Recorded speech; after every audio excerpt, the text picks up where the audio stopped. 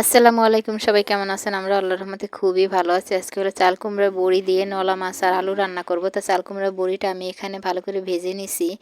ভাজা আমার হয়ে গেছে। এখন আমি দিয়ে দেবো হলো মাছগুলা, নলা মাছ এটা। তা মাছটাও আমি ভেজে নেব আর কি।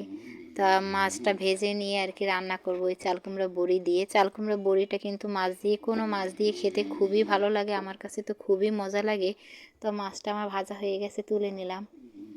এই যে দেখেন মাছটা হয়ে গেছে। আর এখানে মশলা কষাই নেবার ভিতরে দিয়ে দিলাম আমার সেই আদা রসুন বাটা আর কি কিউব করে রাখছিলাম, সেটা আমি দিয়ে দিলাম। তো কষানো হয়ে গেছে, এর ভিতরে দিয়ে দেবো হলো আলু। তাই এই চাল কুমড়া বড়িটা কিন্তু খেতে খুবই মজা হয়, খুবই মজা লাগে আমার কাছে। এখন হয়ে গেল, এখন দিয়ে দেবো পানি।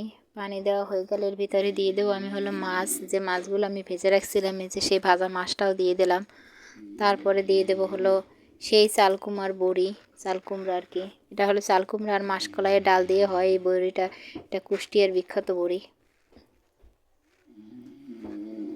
এখন দিয়ে দিলাম হলো ঢ্যাঁড়স, আমার লিলিপুটের জন্য, যেহেতু আমার লিলিপুটরা খুব পছন্দ করে ঢ্যাঁড়স, এই জন্য। আর দিয়ে দেবো হলো টমেটো, আর এটা হলো দেশি টমেটো।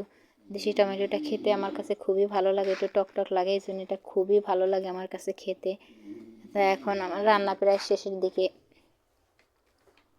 এখন হলো দিয়ে দেবো আমি একটু ধনেপাতা।